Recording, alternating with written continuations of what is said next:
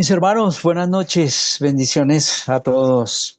Gracias por este tiempo, gracias por acompañarnos en nuestro tiempo de estudio. Esperamos que esté siendo de gran bendición para ustedes. Esperamos que podamos ir alimentando ahí nuestro arsenal de meditación de la palabra con nuestro estudio de los salmos, de la confesión, de Apocalipsis, en fin.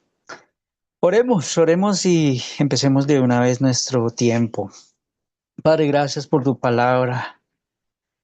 Gracias por el aliento, Señor, que siempre recibimos a través de ella. Gracias por tu promesa. Gracias por habernos llamado a salvación. Gracias por habernos dado esperanza con la cual caminamos hoy. Señor, tu palabra nos motiva a que los unos a los otros seamos animados con estas palabras. Cristo viene pronto. Ruego, Padre, para que esta oración y para que este deseo en realidad procure en nuestros corazones tal esperanza, tal verdad. Y Señor, en tus manos ponemos esta noche nuestro estudio y espero, Padre, que la palabra pueda calar en nuestros corazones de tal manera que podamos ser fortalecidos entonces en esta esperanza. En Cristo nuestro Señor lo rogamos. Amén. Muy bien, mis hermanos, entonces voy a invitarles a que abramos nuestras Biblias, Apocalipsis, capítulo 19. Vamos a leer nuevamente todo el capítulo. Ya creo que vamos entrando un poco en ritmo, así que espero que no estemos eh, tan perdidos pues a la hora de nuestra lectura. Le invito a que quizás pueda usted escuchar las otras enseñanzas que también están en el canal, si no las ha visto, y pueda ponerse al corte. Apocalipsis capítulo 19 dice la palabra del Señor así. Después de esto oí como una gran voz de una gran multitud en el cielo que decía, Aleluya, la salvación y la gloria y el poder pertenecen a nuestro Dios, porque sus juicios son verdaderos y justos, pues ha juzgado a la ramera que corrompía la tierra con su inmoralidad y ha vengado la sangre de sus siervos en ella. Y dijeron por segunda vez, Aleluya, el humo de ella sube por los siglos de los siglos. Los 24 ancianos y los 4 seres vivientes se postraron y adoraron a Dios, que está sentado en el trono, y decían, Amén, Aleluya. Y del trono salió una voz que decía, Alabad a nuestro Dios todos sus siervos, los que le teméis, los pequeños y los grandes. Y oí como la voz de una gran multitud, como el estruendo de muchas aguas, y como el sonido de fuertes truenos que decía, Aleluya, porque el Señor nuestro Dios Todopoderoso reina. Regocijémonos y alegrémonos y démosle a Él la gloria, porque las bodas del Cordero han llegado, y su esposa se ha preparado. Y a ella le fue concedido vestirse de lino fino, resplandeciente y limpio, porque las acciones justas de los santos son el lino fino. Y el ángel me dijo, escribe, bienaventurados los que están invitados a la cena de las bodas del Cordero. Y me dijo, estas son palabras verdaderas de Dios. Entonces caí a sus pies para adorarle y me dijo, no hagas eso, yo soy consiervo tuyo y de tus hermanos que poseen el testimonio de Jesús. Adora a Dios, pues el testimonio de Jesús es el espíritu de la profecía. Y vi el cielo abierto y aquí un caballo blanco, el que lo montaba se llamaba Fiel y Verdadero, y con justicia juzga y hace la guerra. Sus ojos son una llama de fuego y sobre su cabeza hay muchas diademas y tiene un nombre escrito que nadie conoce sino él. Y está vestido de un manto empapado en sangre y su nombre es el Verbo de Dios. Y los ejércitos que están en los cielos vestidos de lino fino, blanco y limpio, le seguían sobre sus caballos blancos. De su boca sale una espada afilada para herir con ella a las naciones, y las regirá con vara de hierro, y él pisa el lagar del vino del furor, de la ira de Dios Todopoderoso. Y en su manto y en su muslo tiene un nombre escrito, Rey de Reyes y Señor de Señores. Y vi un ángel que estaba de pie en el sol y clamó a gran voz diciendo a todas las aves que vuelan en medio del cielo, venid, congregaos para la gran cena de Dios, para que comáis carne de reyes y carne de comandantes y carne de poderosos, carne de caballos y de sus jinetes, y carne de todos los hombres libres y esclavos, pequeños y grandes. Entonces vi a la bestia, a los reyes de la tierra y a sus ejércitos reunidos para hacer guerra contra el que iba montado en el caballo blanco y contra en el caballo y contra su ejército. Y la bestia fue apresada y con ella el falso profeta que hacía señales en su presencia, con las cuales engañaba a los que habían recibido la marca de la bestia y a los que adoraban su imagen. Los dos fueron arrojados vivos al lago de fuego que arde con azufre. Los demás fueron muertos con la espada que salía de la boca del que montaba el caballo, y todas las aves se saciaron de sus carnes. Amén. Bueno, mis hermanos, espero que esté siendo, como les decía, de bendición, pues este estudio, ¿no? Les decía que para estudiar este capítulo podíamos estructurarlo de una manera sencilla en tres partes. Ya hemos visto las dos primeras, del verso 1 al verso 8, estuvimos analizando la exaltación a Dios, la alabanza a Dios. Del verso 9 y el verso 10, que lo terminamos hace 8 días, estudiamos una bienaventuranza que encontramos en este texto. Ahora, de aquí en adelante, nos ocuparemos del verso 11 al verso 21, donde vamos a encontrar la descripción de la batalla final y nos vamos a detener, a detallar un poco esto. Recordemos, mis hermanos, que estamos en la sexta visión que componen los capítulos 17 al capítulo 19 y que aquí el Señor le ha empezado a mostrar a los creyentes, podemos decirlo así, el principio de lo que será el final.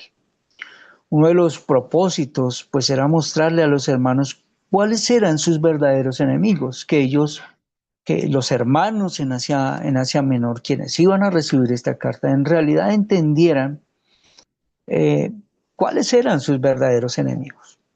Quizás alguien pudiera estar despistado y pensar que su enemigo sencillamente se trataba del imperio de turno, del imperio romano para su momento. Pero no, el Señor les va a decir cuáles son sus verdaderos enemigos. Sus verdaderos enemigos son los principados, las potestades, los gobernadores de las tinieblas de este siglo, en fin, ya nosotros conocemos el texto. Volvamos a recordar que este libro tiene muchos símbolos, muchas figuras, y todos esos símbolos no se pueden interpretar literalmente. Ya hemos insistido mucho sobre esta idea. ¿Cómo se debe interpretar? Bueno, se debe interpretar como un símbolo. Así que vale que nosotros hagamos un ejercicio muy claro en cuanto a ello, por supuesto comunicado con la misma escritura para que podamos llegar a conclusiones. Vale también que nosotros podamos preguntarnos qué es lo que significa ese símbolo, esa figura aquí. ¿Qué utilidad tiene en nuestro texto? ¿Por qué está registrado así de esta manera aquí? Hay que pensar en todo ello. ¿Por qué se tomó ese símbolo, este símbolo, para ser utilizado en este escenario, en este momento, y justo con ese contenido? En fin, todas esas son preguntas válidas que nosotros podemos hacerle a nuestro texto. Y es un poco de lo que nosotros vamos a encontrar entonces en esta tercera parte de nuestra estructura. Así que entonces el Señor también ha revelado a un dragón, a la serpiente antigua, a sus dos ayudantes, recuerdan que subía del mar para oprimir, pero otro que subía también de la tierra. Hemos hablado del falso profeta también, que pues es referido a una falsa religión. A otro enemigo con el que nos hemos concentrado mucho este último tiempo y es hablar de Babilonia. Dijimos que Babilonia era este mundo secular que ha estado apartado de Dios, todo un sistema alejado del Señor, y que así como está alejado de Dios, pues quiere alejar a los hombres de su Creador, que es un mundo gobernado por Satanás, utilizado por Satanás para dirigir hacia él mismo su propia adoración, pero también para hacer guerra y querer destruir al pueblo del Señor, ¿cierto? Pero todos esos sufrimientos aún en el pueblo del Señor, todas esas luchas, todas esas tribulaciones, todos sus padecimientos, el Señor viene para decirles tranquilos, todo esto está bajo control mío. El Señor viene para decirles todo esto está bajo mi guía y todo está siendo consumido hacia el final para la manifestación de mi gloria, dice el Señor. Un día Él va a destruir a todos sus enemigos y eso lo ha estado comunicando también el Señor, y aquellos que recibían esta carta podían entender esto también. Estamos entonces ahora en la parte de este capítulo que nos habla después de la participación de los creyentes en las bodas, en la cena de las bodas del Cordero, ¿cierto? Ya vimos cómo hay una exhortación también del ángel a Juan, porque él tiene un momento, un impulso para rendirse a adorar al ángel. Y acto seguido, pues tenemos las palabras de las que nos vamos a ocupar hoy en el verso 11 en adelante, que nos guían para decir entonces a quién sí debemos rendirnos para adorar. Ya el ángel le ha hecho la reprensión a Juan: no me adores, yo soy consiervo tuyo. Entonces, ¿a quién debemos adorar? Bueno, el texto no lo va a decir. Después de este momento, digámoslo así, incómodo de Juan, pues el Señor utiliza al mismo Juan para escribir estas palabras. Y esto es lo que nosotros encontramos aquí, la palabra del Señor. Entonces, nos encontramos en esta tercera parte, ya les digo, de nuestra estructura, donde se nos dará una descripción muy detallada de esa batalla final. Cristo va a revelarnos también su soberanía, su fidelidad a sus promesas, al juzgar a todos esos aliados de Babilonia para vindicar el nombre de su pueblo. Y bueno, todo eso es lo que nosotros tenemos aquí. Ahora, a modo de conclusión final de la sección sobre la caída de Babilonia que comenzó en el capítulo 17, la descripción más amplia de la victoria de Cristo y el juicio de las fuerzas impías al final de la historia la encontramos aquí, descrita proféticamente, de una manera muy profética. Para ver un poco los elementos también que tenemos en esta sección, como unas pequeñas subdivisiones de esta tercer grande estructura, vamos a ver cómo se da la descripción de Cristo con todos sus ejércitos celestiales en anticipación de la derrota de su enemigo. Luego se le da, vamos a ver que también hay una declaración de una inminente destrucción de ese enemigo. Y finalmente una escena que va a ser como el clímax por la derrota de la bestia, el falso profeta, junto con todos sus seguidores. Todo eso es lo que nosotros tenemos aquí en nuestro texto. Entonces, tenemos aquí la descripción de lo que va a ocurrir, de un evento final. Estamos hablando de la segunda venida de Cristo. Y para acercarnos un poco a lo que hemos visto en otros lugares de Apocalipsis, este mismo evento, esta misma descripción que tenemos aquí, este evento final, va a ocurrir con la segunda venida de Cristo, cuando se abra el séptimo sello, cuando se toque la séptima trompeta, cuando se derrame la séptima copa de la ira de Dios. Este es un mismo evento. Este evento va a traer la destrucción de Babilonia. Recuerden que aquí ya les hablé de las copas, los sellos, la trompeta, pero recuerden que cada una de esas visiones son visiones paralelas que nos están hablando del mismo evento. Por eso refiero este comentario en este momento. Al estudiar todas estas imágenes que quizás pudieran ser complejas, hay algo de lo que nosotros debemos cuidarnos y es una tentación que pueda aparecer por ahí. Es que nosotros no deberíamos consultar como la cronología, o sea, en qué momento va a ocurrir cada cosa para determinar la mejor forma de expresar la verdad. Debemos tratar de evitar eso.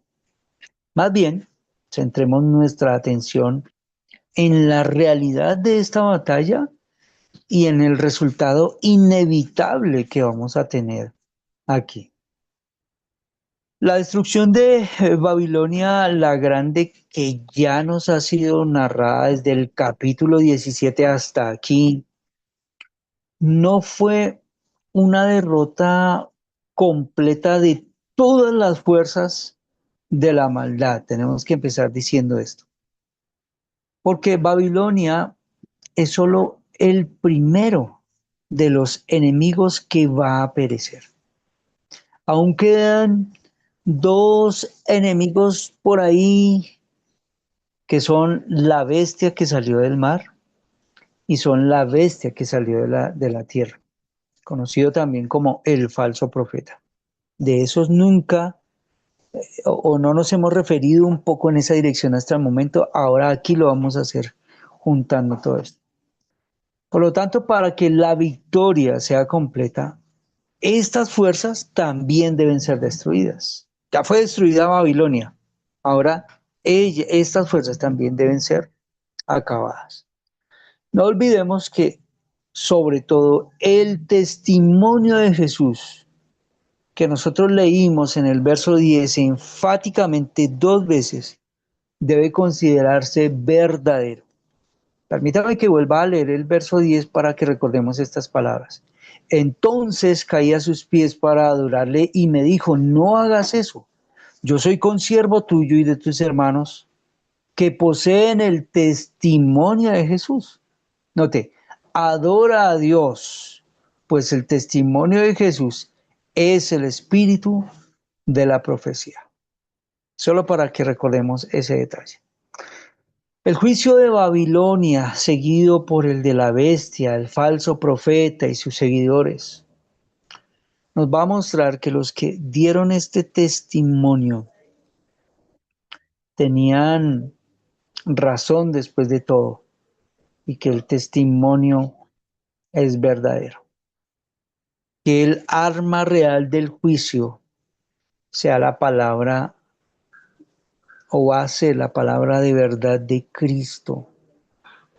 Y todo esto nos sugiere además que el propósito de esta sección con el que nosotros hemos venido hablando desde el verso 1 al verso 6, debe servir como base para las declaraciones sobre la cena de las bodas del Cordero, esas que ya estudiamos del verso 7 al verso 10, con el fin de enfatizar el fundamento de la vindicación de los santos y proporcionar una demostración de la verdad que ellos proclaman. ¿Cuáles son? Las verdaderas palabras del Señor. Esta verdad que se demostrará permanecerá oculta para los incrédulos hasta la revelación final y completa de Cristo en su venida. Cristo revelará su soberanía, su fidelidad, al cumplir su promesa de juzgar el mal, derrotando así las fuerzas de la maldad al final de la historia. Detengámonos entonces a detallar un poco el verso 11. Leámoslo. Y vi el cielo abierto, y aquí un caballo blanco, el que lo montaba se llamaba Fiel y Verdadero, y con justicia juzga y hace la guerra. Muy bien, entonces aquí tenemos una frase introductoria muy llamativa, ¿no? Dice el texto, y vi el cielo abierto. Pareciera indicar, mis hermanos, esta frase el comienzo de otra visión. Juan vio el cielo que se abría y permanecía abierto, es lo que más o menos dice el texto. La visión del cielo abierto nos introduce ahora a una escena de juicio. Esa expresión del cielo abierto también la hemos encontrado en otras partes de Apocalipsis. Por eso podemos referirnos a esto, a que es una escena de juicio. El cielo se abre no para que entre Juan, nótelo, sino para que salga el Señor con sus ejércitos. Estas palabras introducen el conflicto que se da al final de todo ese tiempo cósmico. El texto nos va a decir, y aquí un caballo blanco. Luego Juan no solo ve el cielo abierto, sino que vio un caballo blanco. Esa, esas descripciones de esas figuras en Apocalipsis, lo hemos dicho, es importante como prestarle un poco de atención porque nos van a ayudar a poder entender esa figura. Blanco en el Apocalipsis, el color transmite ideas de santidad, de pureza divina, pero no solo eso, sino también la reivindicación jurídica de la verdad a través del juicio final. Así nos habla de pureza, nos habla también como de la recompensa por esa pureza. Aquí mismo en nuestro capítulo vimos que las vestiduras blancas representan no solo la justicia, sino la recompensa final, escatológica, vindicadora para aquellos que han perseverado a través de la persecución. Leamos el verso 7 del verso 8, mire lo que dice. Regocijémonos y alegrémonos y démosle a él la gloria, porque las bodas del Cordero han llegado y su esposa se ha preparado. Note eso. Y a ella le fue concedido vestirse de lino fino, resplandeciente y limpio, porque las acciones justas de los santos son el lino fino. Ahí está. Entonces, este color blanco simboliza también victoria, porque ya veremos que ese jinete avanza para ser un conquistador victorioso, glorioso. Muy bien, vamos teniendo todo esto en cuenta. Ahora, note que el texto nos va a decir algo más.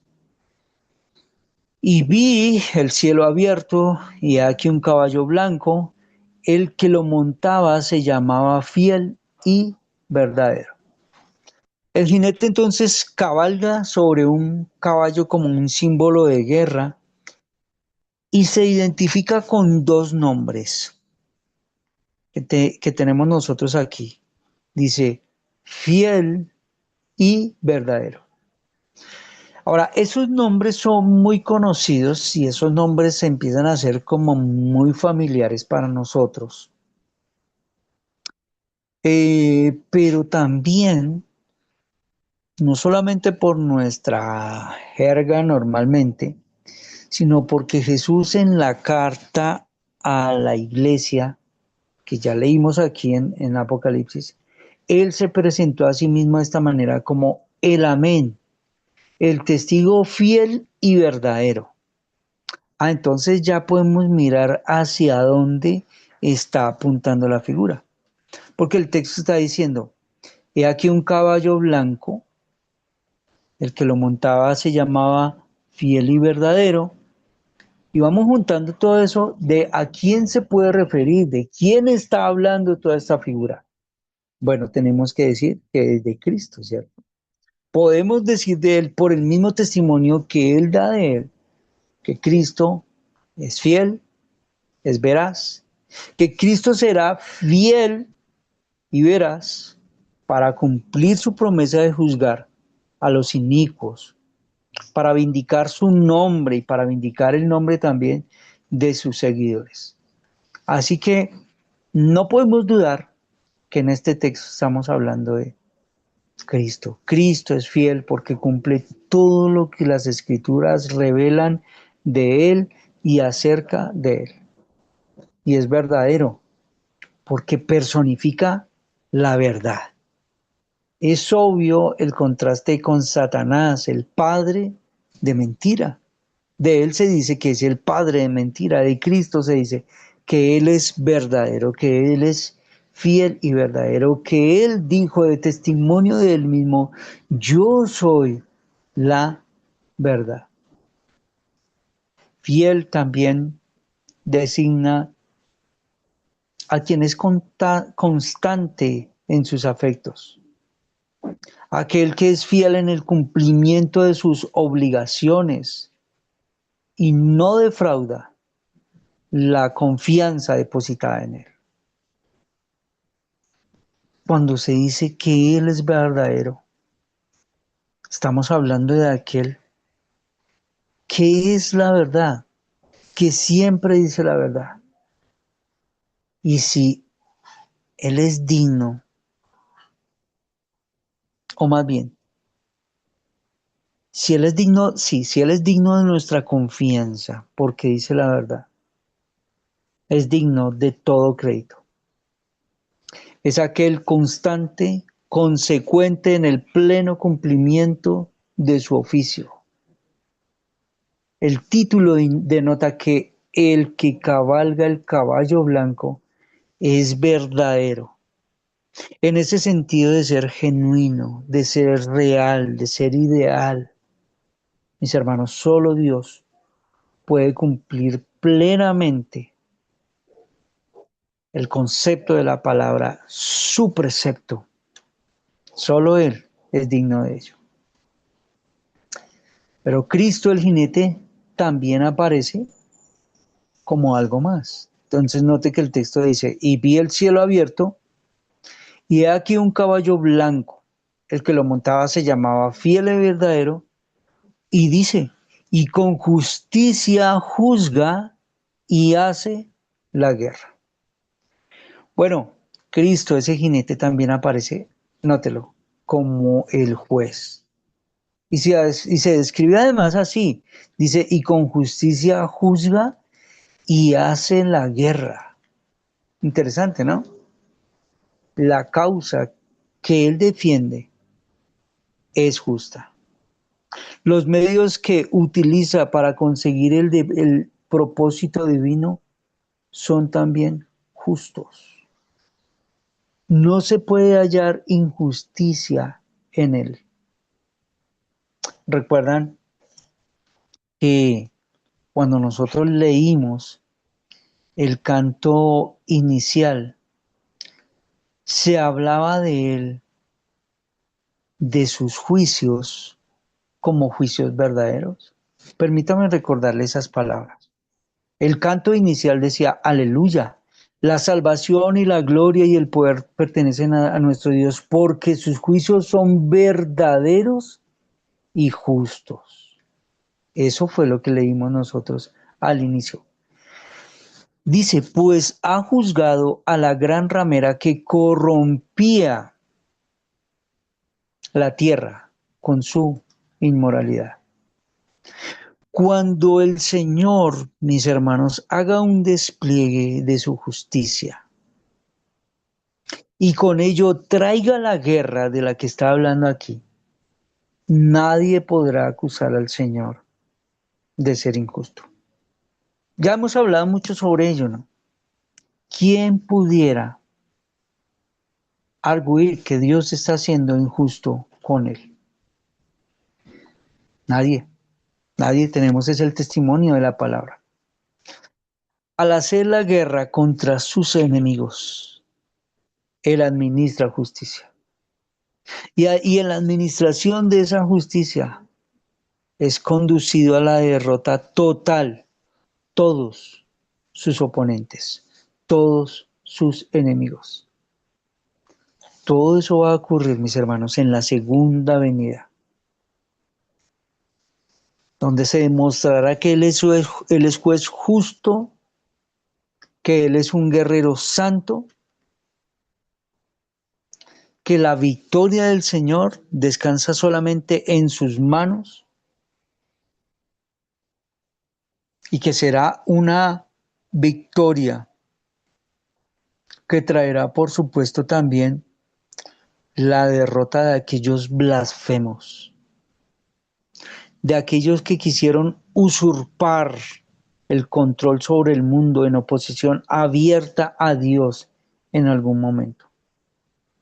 La victoria del Señor será justa, la guerra que el Señor traerá será justa. Y junto a todo ello, pues vamos juntando que la vindicación del pueblo de ese pueblo afligido del Señor también estará presente. Entonces, por un lado estará presente la vindicación del pueblo del Señor y por otra también el juicio de sus opresores. Esta acción judicial ahora la lleva a cabo Cristo en nombre de su pueblo y también alude a los mismos textos que nosotros quizás podemos encontrar por allá en los Salmos al afirmar que habrá un juicio futuro que será ejecutado por el mismo Señor. Qué buenas palabras las que encontramos aquí. Y vi el cielo abierto y aquí un caballo blanco. El que lo montaba se llamaba Fiel y Verdadero y con justicia juzga y hace la guerra. Esa alusión, mis hermanos, de hacer la guerra parece no referirse sencillamente a un conflicto literal en el campo de batalla, sino a toda una batalla legal, a todo un juicio. Y nos vamos a detener en nuestro texto para ver cómo Juan describe con detalles tan vívidos, con detalles tan específicos, la destrucción de toda la maldad y a Cristo que triunfa sobre todos sus enemigos. Mis hermanos, podemos decir como que en términos contemporáneos, Juan se ve dentro de toda la visión y hay como un fragmento, como un elemento, como si él estuviera en en una noticia, en algo, dando una noticia como con algo cinematográfico, así. Y de estas actividades, entonces él transmite una representación simbólica del gran conflicto entre Cristo y sus enemigos. Hay una gran esperanza con la cual nosotros caminamos y la cual nosotros podemos recordarnos. El Señor volverá a la tierra, mis hermanos. Volverá en el cumplimiento de todas las profecías del Antiguo Testamento que lo anuncian. Y Dios ha ordenado que el juicio divino preceda a la victoria con la seguridad de que la justicia inevitablemente triunfará. Pero ese concepto de juzgar con justicia también tiene una connotación positiva, ¿no? En el Antiguo Testamento tenemos muchas referencias de todo ello. Y se habla muy especialmente del pueblo de Dios, de todas las naciones. Uno de los cuadros más vívidos en la profecía del Antiguo Testamento es la figura de un guerrero victorioso, ¿no? Que se presenta aquí, con vestiduras salpicadas con la sangre de sus enemigos a causa de haber pisado el lagar de la ira de Dios, aplastando a todos los rebeldes. El retorno de Cristo será la reaparición de aquel que ya ha aparecido entre los hombres. para llevar a su final y para llevar a la plena consumación las promesas del pacto del Señor.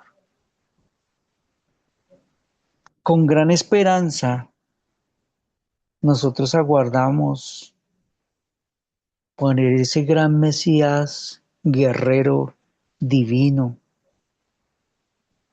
como cantamos quizás por ahí en algunas canciones, el príncipe del ejército de Dios,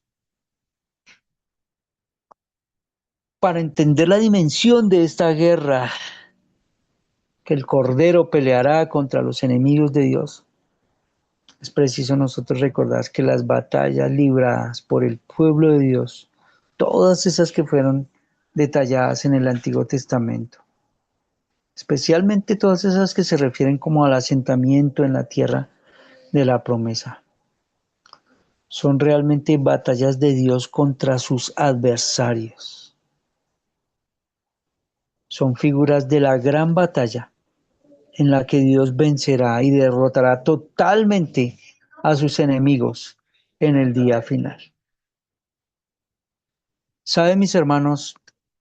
Algunas personas al pensar en esto, al pensar en la gran batalla, al pensar en este gran final, se pueden llenar de temores, se pueden llenar aún de terror, pero no es así para el pueblo del Señor. Se dan cuenta que el pueblo del Señor es animado con las palabras cuando se le dice que el Señor aparecerá como un justo guerrero, como alguien que hará la guerra. Qué difícil será para todos aquellos que se encuentren como adversarios del Señor. Pero qué gran gozo será para todos aquellos que nos encontremos del lado, del bando del Señor. Mis hermanos, su juicio será justo, porque Él es fiel y verdadero. Porque Él es fiel y verdadero, no fallará a sus promesas de amenazas. Porque Él es fiel y verdadero, cumplirá lo que ha dicho, su amenaza contra aquellos que se le han levantado contra Él y contra su pueblo. Y porque Él es fiel y verdadero, Él también tendrá cuidado de los suyos y traerá un justo juicio a cada uno. Creo que hemos insistido en Apocalipsis también sobre esta verdad, sobre la verdad que todos nosotros llegaremos o pasaremos por el juicio. Independientemente de nuestra posición escatológica y de lo que nosotros pensemos, hay una verdad que todos los cristianos debemos mantener en alto, y es el juicio. El día del juicio, mis hermanos, nuestro veredicto será totalmente diferente a aquellos que se encuentren haciendo guerra contra el Señor. Así que somos animados con estas palabras. No somos desanimados diciendo, no, esto se ve terrible, esto no. Por el contrario, el corazón es animado, nuestra fe es animada. Los hermanos que recibían esta carta de primera mano eran animados. Y espero que nosotros esta noche también podamos ser animados con su palabra. Al Señor la gloria y a su pueblo sus bendiciones. Oremos. Señor, sí, tu palabra nos anima. Tu verdad, Señor, es transparente, es clara. En tus palabras no podemos hallar falsedad. No podemos hallar en tus palabras destellos de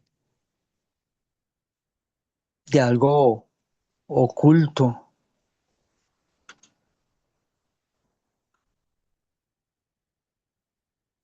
Tú eres fiel, tú eres justo, tú eres verdadero. Ayúdanos, Señor, para que estas verdades no solamente pasen por nuestra mente, por nuestro intelecto. Ayúdanos para que estas verdades en verdad se puedan instalar en nuestra mente, en nuestro corazón. Que no sean verdades que sencillamente cantamos y nos pueden sonar muy bonito cuando las cantamos. Oh Señor, que a nosotros encontrarnos con estas verdades, creer que tus juicios son justos, que tú eres fiel, que tú eres verdadero, nuestro corazón pueda ser avivado, nuestra fe pueda ser fortalecida. Esperamos por ese Mesías guerrero, glorioso, que hará la guerra contra sus adversarios, con la promesa de ahora traer a tu pueblo para que sea reivindicado. Oh Señor, ahora entendemos que podemos ser animados con estas palabras. Sí, ven Señor. Padre, gracias por tu palabra. Ruego que traigan un efecto salvífico para todos nosotros. Te lo rogamos en Cristo nuestro Señor. Amén. Amén. Mis hermanos, gracias por el tiempo, gracias por siempre apoyar todas estas iniciativas para nuestro estudio. Esperamos que sea de gran bendición para todos. Les esperamos entonces el día domingo. Recuerden, tenemos tiempo de oración a partir de las 7 de la mañana, escuela dominical y nuestro culto de adoración, así que están todos cordialmente invitados. Un fraternal abrazo, mis hermanos. Buenas noches.